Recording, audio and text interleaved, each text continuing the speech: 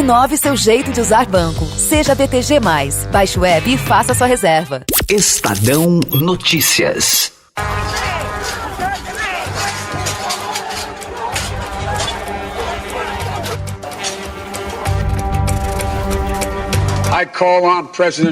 Eu peço ao presidente Trump que vá à televisão em rede nacional para manter o seu juramento, defender a Constituição.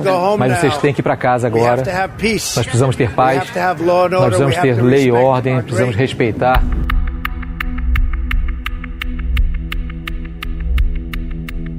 O dia 6 de janeiro de 2021 vai ficar para a história.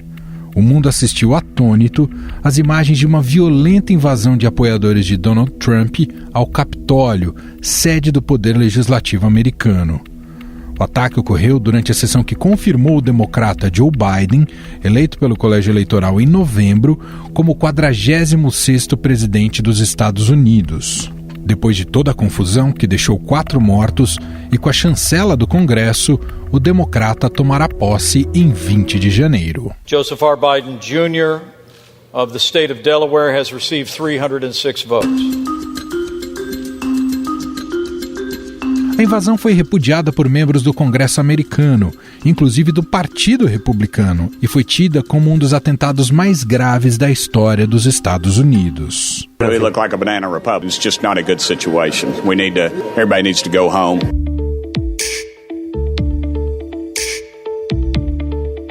O ato inédito colocou em xeque um país que se orgulha em dizer que é a maior democracia do mundo. Mas não dá para dizer que a tragédia não foi anunciada. Há meses, Donald Trump vinha mantendo sem provas a retórica de que as eleições foram fraudadas.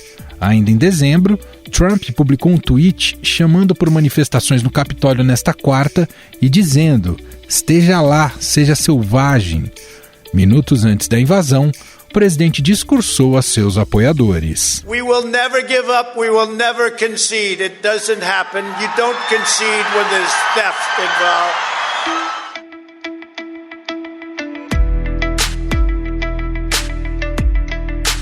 Para fazermos uma comparação, esse foi o discurso do ex-senador John McCain, já falecido quando foi derrotado por Barack Obama em 2008. I had the honor of calling Senator Barack Obama to congratulate him. Please. To congratulate him on being elected the next president of the country that we both love. Por causa das suas postagens, o presidente americano foi banido por tempo indeterminado do Facebook e do Instagram. A conta de Trump no Twitter também foi bloqueada. Após o ocorrido no Capitólio, as redes sociais ferveram e muitos projetaram o mesmo para o Brasil em 2022. Afinal, o que aconteceu por lá, nos Estados Unidos, pode ter repercussões nas eleições brasileiras de 2022? O próprio presidente Jair Bolsonaro deu o tom nesta quinta-feira, ao levantar novamente dúvidas sobre a confiabilidade do sistema eleitoral brasileiro e afirmar que a falta do voto impresso pode levar o Brasil a ter um problema pior que os Estados Unidos. O que aconteceu nas eleições americanas agora? Basicamente, qual foi o problema? A causa dessa crise toda? Falta de confiança no voto. O pessoal votou e potencializaram o voto pelos Correios por causa da pandemia, e houve gente lá que votou 3, 4 vezes, mortos votaram, foi uma festa lá. Ninguém pode negar isso daí. Então a falta dessa confiança levou a esse problema que está acontecendo lá. E aqui no Brasil, se tivermos o voto eletrônico em 22, vai ser a mesma coisa.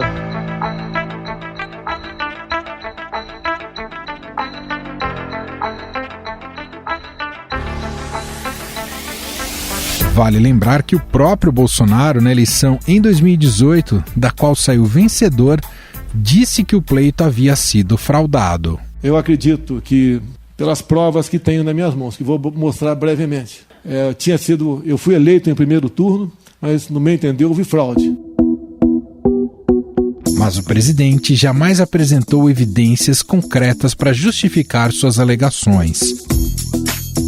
O presidente do Tribunal Superior Eleitoral, Luiz Roberto Barroso, reagiu Em nota enviada por sua assessoria, o ministro afirmou que lida com fatos e provas.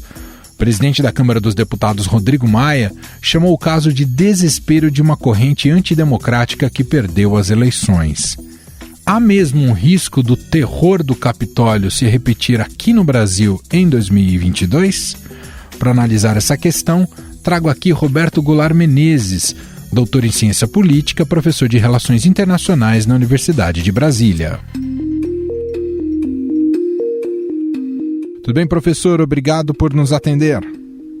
Olá, um prazer falar com você. Professor, muita gente, quando ouve, né, essa invasão do Capitólio, muita gente já no Twitter, olhando aquelas imagens, escreviam, olha o Brasil, e previam, né, veja, isso é o cenário do Brasil em 2022. E aí, para nossa surpresa, nessa quinta-feira, o presidente Jair Bolsonaro disse que se não houver voto impresso, o Brasil vai ter um problema pior do que os Estados Unidos em 2022 no próximo processo eleitoral. Efetivamente, claro que o presidente é muito chegado a roubos retóricos que esticam muito a corda. Mas o Brasil corre risco parecido? Quer dizer, a democracia brasileira pode estar em risco daqui até 2022? Ele procurou, desde o início do seu governo, se associar a essa plataforma do Trump, que é uma plataforma de extrema-direita. Mas ele não tem a mesma importância no cenário político internacional que tem os Estados Unidos, ou seja, tudo que acontece nos Estados Unidos acaba sendo muito amplificado, né? Eu creio que o governo Bolsonaro, ele poderia ter aproveitado esse momento de uma breve instabilidade nos Estados Unidos, exatamente para conseguir, a partir daí, enviar um sinal positivo para a gestão que vai começar agora no dia 20 de janeiro, próximo, né? Que é a gestão Biden. E a gestão Biden, num artigo recente, né, de um ex-embaixador, o Thomas Shannon, que serviu no Brasil entre 2010 e 2013, ele chama atenção para um fato que é imperdoável para a gestão Biden, para os democratas dos Estados Unidos, que o governo brasileiro, ou seja, o presidente Bolsonaro, continue afirmando de forma leviana que as eleições nos Estados Unidos foram fraudadas. E esse é o ponto em que, creio que, ao tentar projetar que em 2022 isso pode ocorrer no Brasil, ou seja, que um presidente que é a favor, no caso do Brasil, de armar a população ou parte dela, um presidente que tem uma agenda política até então, né, nesses 2 primeiros anos, muito voltada para se alimentar do conflito político, do conflito que ele gera na sociedade. Né, e tenta, a partir daí dessas polarizações, extrair, ou seja, a seiva que vai alimentar, digamos, parte do seu governo ou da sua política. Eu creio que nesses 2 próximos anos, um governo Biden nos Estados Unidos, com maioria na Câmara e maioria no Senado, ele terá as condições, nesses 2 primeiros anos de governo, de procurar reverter e, inclusive, procurar isolar ainda mais os governos que emularam essa política do Trump, ou seja, que copiaram essa política do Trump ou tende a extrair dessa política do Trump o modelo para as suas gestões locais. E, sem dúvida nenhuma, o Brasil será um país que, da parte dos Estados Unidos, será muito questionado na questão climática, na questão dos direitos humanos e na questão, claro, principal, que é a democracia. Então, essa ideia de que apoiadores do governo Bolsonaro e estimulados por ele também de atacar o Supremo Tribunal Federal, como nós vimos nesses 2 primeiros anos, atacar a imprensa de forma geral e atacar a Câmara dos Deputados, como ele disse recentemente que não pode fazer nada, digamos, porque o Congresso não deixa. Querem me deixar como rainha da Inglaterra? Não sei, esse é o caminho certo? E não é o parlamento como um todo, é uma minoria. Não posso fazer nada porque a imprensa fica contra, não posso fazer nada.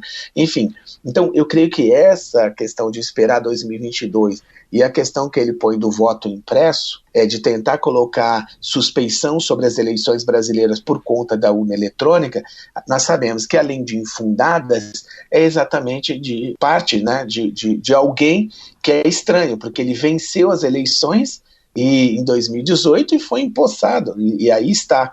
E agora ele segue dizendo, né, sempre que pode, que ele teria ganho no primeiro turno no Brasil e que a eleição teria sido fraudada. Então, quando não é favorável a ele põe a suspeição.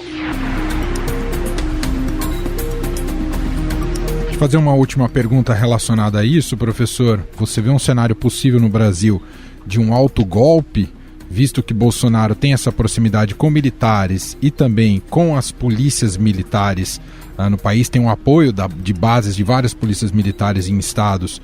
Isso seria um cenário possível ou descartado, e as instituições brasileiras estão prontas para frear qualquer atitude nesse sentido? Primeiro, no caso dos Estados Unidos, começou-se a se falar de um possível golpe ou autogolpe, né, insurreição, assim por diante, e sem dúvida nenhuma, desde as eleições, ficou cada vez mais evidente nos Estados Unidos que os militares estavam fora de qualquer aventura por parte deste governo. Então, apoio zero. No caso do Brasil, o governo Bolsonaro ele tem muito prestígio junto à cúpula das Forças Armadas, porque nós vimos que na reforma da Previdência essa cúpula foi poupada, eles tiveram seu contra-cheque ainda mais engordados, nós vimos que o governo brasileiro, quase 90% do orçamento de segurança e defesa é para pagamento de salários e benefícios, muito pouco para o investimento de fato, né, no aparato, né, diretamente, enfim, de cada uma das três forças.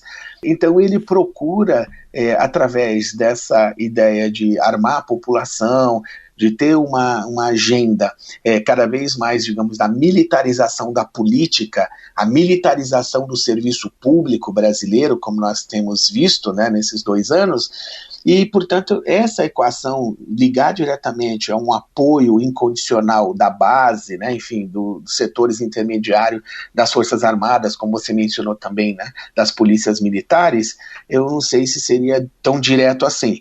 Mas eu acho que faltaria um ponto fundamental, é que um governo que vai se isolando internacionalmente, e com os Estados Unidos, com uma linha, governo Biden, com uma linha de aprofundamento da democracia, isolamento da extrema-direita, promoção dos direitos humanos e a questão climática, o governo brasileiro, sem o apoio dos Estados Unidos, que não teria certamente esse apoio, né, seria uma situação ainda mais difícil.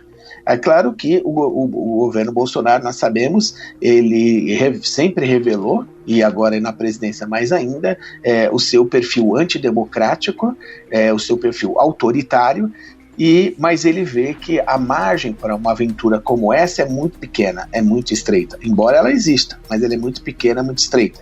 Então, creio que o governo Bolsonaro vai manter essa retórica, mas essa retórica antidemocrática, eu creio que vai cada vez ecoar menos, né, tanto no Brasil quanto na América Latina. Muito bem, nós ouvimos Roberto Goulart Menezes, ele é professor de Relações Internacionais da Universidade de Brasília, também pesquisador do Instituto Nacional de Estudos sobre os Estados Unidos. Muito obrigado pela gentileza em atender a nossa reportagem, professor. Eu que te agradeço e um abraço.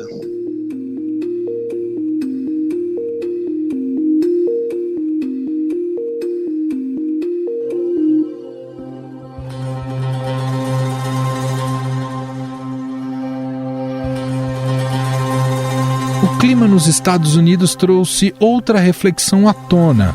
Quais são as causas do enfraquecimento da democracia? Se fizermos uma rápida viagem, percebemos que a liberdade política está em risco em diversos países. Na Europa, a Hungria, sob o comando de Viktor Orbán, deu uma guinada autoritária. Houve redução da independência do judiciário, perseguição da oposição política e da imprensa livre e ameaça aos direitos civis. Houve momentos em que acreditámos que a Europa era o nosso futuro, mas agora sabemos que somos o futuro da Europa. No Oriente Médio, a Líbia anunciou eleições para dezembro de 2021, mas o país continua dividido entre o governo de unidade nacional de Trípoli, reconhecido pela ONU, e apoiado pela Turquia, e uma oposição armada apoiada em particular pelos Emirados e a Rússia.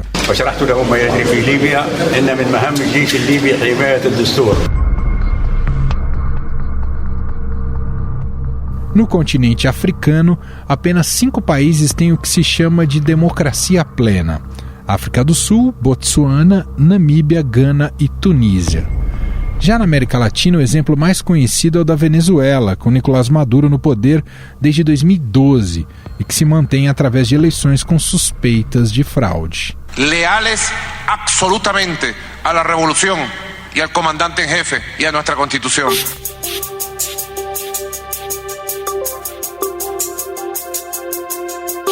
Para esclarecer o que se passa nesses e em outros países, o Estadão publicou nesta quinta-feira o especial O que está acontecendo com a democracia no mundo, com exemplos de todas as partes do globo.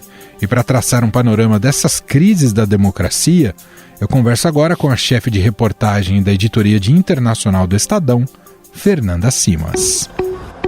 Fernanda, tudo bem com você? Muito legal que você está aqui no podcast. Olá, Emanuel, tudo bom? Olá a todo mundo. É uma honra participar. Sobre Estados Unidos, Fernanda, claro que a gente vive agora um momento bastante agudo, mas por outro lado está chegando o Joe Biden. Qual que é a expectativa? Existe uma expectativa de restituição dos valores democráticos com a chegada do Biden ou não é tão simples assim, Fernanda? Olha, é muito curioso porque uma das pessoas que eu entrevistei para esse especial é o Adam Przeworski, que é o autor de Crises da Democracia. A gente conversou muito sobre a eleição americana, né? E ele justamente usou a frase de que a eleição do Biden era um sopro de esperança de que essa democracia ainda está forte nos Estados Unidos. Eu acho que o que fica muito claro na situação americana é que as instituições democráticas elas estão colocadas em xeque nesse momento. O fato, por exemplo, de o Capitólio ter sido invadido, você vê aquelas cenas, gerou uma preocupação muito grande. Mas quando o Senado volta a se reunir e dá a verificação ao Biden, né, retifica a vitória do Biden, a gente tem esse sopro de esperança mesmo de que, bom, peraí, parece que a instituição continua fortalecida. Então, se a gente olhar hoje o panorama americano, a gente tem a preocupação do que está acontecendo e uma questão de vamos esperar os próximos dias e as próximas semanas para ver qual vai ser o comportamento dessas instituições, como que vai ser a posse do Joe Biden agora no dia 20, como serão os primeiros dias, para ver como que vai se comportar mesmo essa parte de instituição democrática nos Estados Unidos. Eu acho que isso vai ser um diferencial para mostrar para a gente se continua forte mesmo depois de 4 anos de uma presidência que, de fato, bateu de frente muitas vezes com o Congresso, com a Justiça, ou se ficou abalado. A gente tem um trumpismo, né, que vai continuar, o Trump deixa a presidência, mas o Partido Republicano não será mais a única oposição ao Joe Biden, ele vai enfrentar uma oposição de grupos extremistas e de grupos trumpistas muito forte, e a gente vai ter que ver qual vai ser o comportamento do Trump e desse grupo daqui para frente. E que a gente ainda não tem muita clareza de como vai ser no futuro. Pensando até no próprio Brasil, isso vai ter um impacto aqui para a gente. Olhando para outras partes do mundo, né, o especial que a Fernanda fez e traz exemplos do planeta todo, né, justamente onde a democracia passa por convulsões, ou está em xeque, ou enfrenta problemas. Vamos olhar para um país aqui vizinho do Brasil, a Bolívia, que é um caso muito particular. Por que é interessante a gente falar da Bolívia, Fernanda? A Bolívia viveu o ano passado uma situação muito particular, que começou com o Evo Morales, que é um representante dos grupos indígenas, principalmente na Bolívia, e ele queria tentar a reeleição, a Constituição não permitia, e mesmo assim ele enfrentou e foi reeleito, mas essa eleição foi denunciada como tendo muitas fraudes, inclusive pela OEA, e aí a legitimidade dele ficou em xeque na Bolívia. E aí, o que acontece é que justamente ele, diante da pressão, inclusive pressão de parte de grupos militares, ele resolve deixar o país, deixa o poder, renuncia. Renunciar a meu cargo de presidência. Renuncio à presidência porque decidi pela renúncia para que Mesa e Camacho não continuem perseguindo meus irmãos, líderes sindicais. E aí a Jeanine Áñez assume, que é uma política de direita, uma direita super conservadora na Bolívia. E quando ela assume a presidência, em 2019, ela inclusive leva uma Bíblia para dentro do Palácio Presidencial e fala que a partir daquele momento a igreja voltava a comandar o país. Que a Bíblia vuelva a entrar ao palácio. Isso foi visto de forma um pouco temerária, porque a gente tem na Bolívia diversos grupos indígenas, diversas etnias, assim, e que tem várias crenças. Então, começa aí um embate e um discurso, inclusive de tentativa de golpe por parte da direita para permanecer no poder.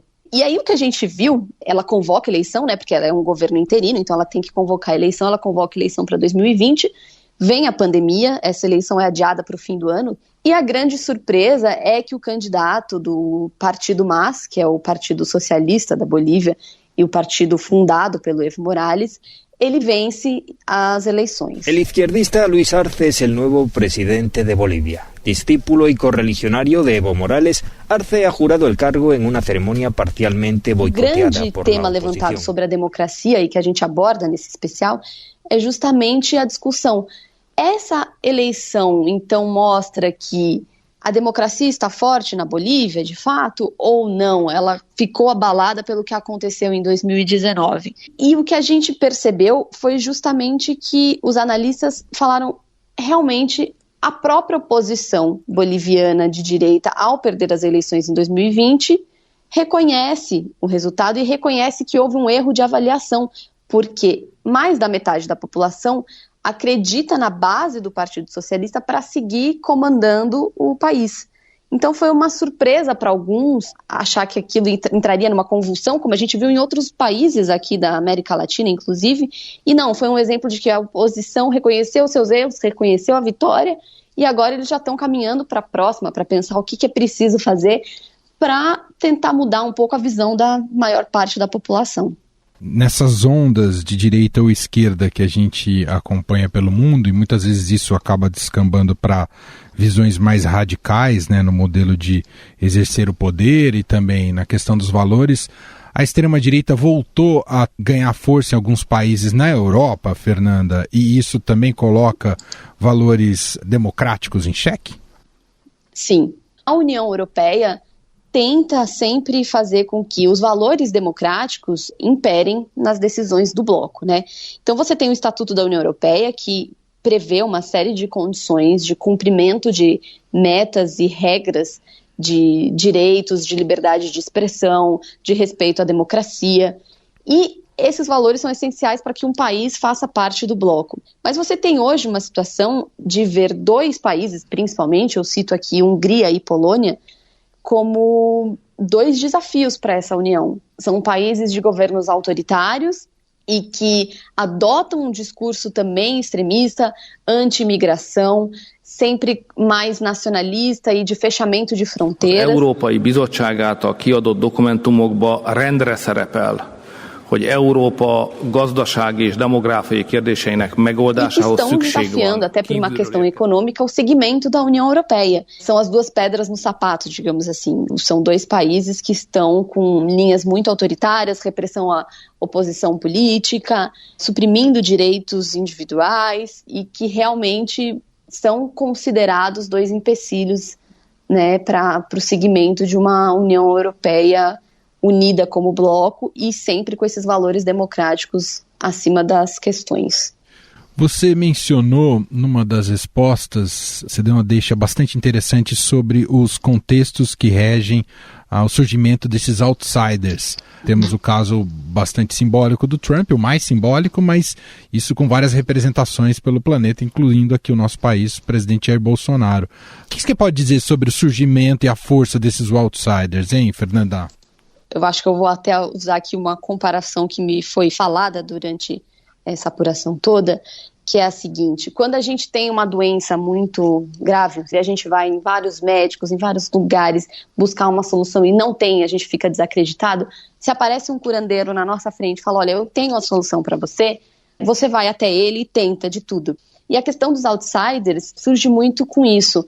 Existe um desgaste da política tradicional em diversos países, e aí você pode ir tanto para países da Europa ou da América do Norte, quanto para países da América Latina, que é onde a gente vê isso de forma bastante expressiva, né? Você tem esse desgaste e as pessoas continuam votando, tentando mudar aquilo, querendo ter resposta para suas problemáticas, e não vêm as questões resolvidas. Então chega um momento que aparece um outsider falando que não faz parte daquele grupo político que durante décadas tentou trazer a solução e não trouxe. Geralmente esses outsiders fazem parte de grupos empresariais ou mesmo atores de televisão. Na Itália a gente tem isso, né, com os 5 estrelas, que são pessoas totalmente alheias ao processo político tradicional e que chegam prometendo uma solução mágica de resolução dos problemas da população. E é aí que eles ganham forças e eles têm um cenário muito propício para aparecer, para levar a vitória. E aí a gente entra na questão de o que isso vai dar. Muito bem, convido aqui você que está nos ouvindo a acessar esse especial que está disponível no Estadão, estadão.com.br, um especial sobre as democracias no planeta todo. É um trabalho impressionante, porque olha para todos os continentes, a situação na Europa, nas Américas, na Ásia, na África. E eu agradeço a Fernanda Simas, que participou aqui com a gente. Ela é chefe de reportagem da editoria de Internacional. Fernanda, obrigado por participar por aqui, viu? Obrigada a vocês. Estadão Notícias.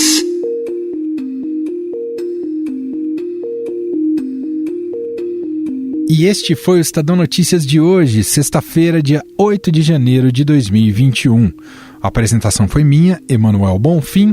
A produção e edição conta com Gustavo Lopes e Bárbara Robira. E na montagem e sonorização, Moacir Biasi. Nosso diretor de jornalismo é João Fábio Caminuto. Para mandar o seu e-mail, podcast@estadão.com. Um abraço para você e até mais.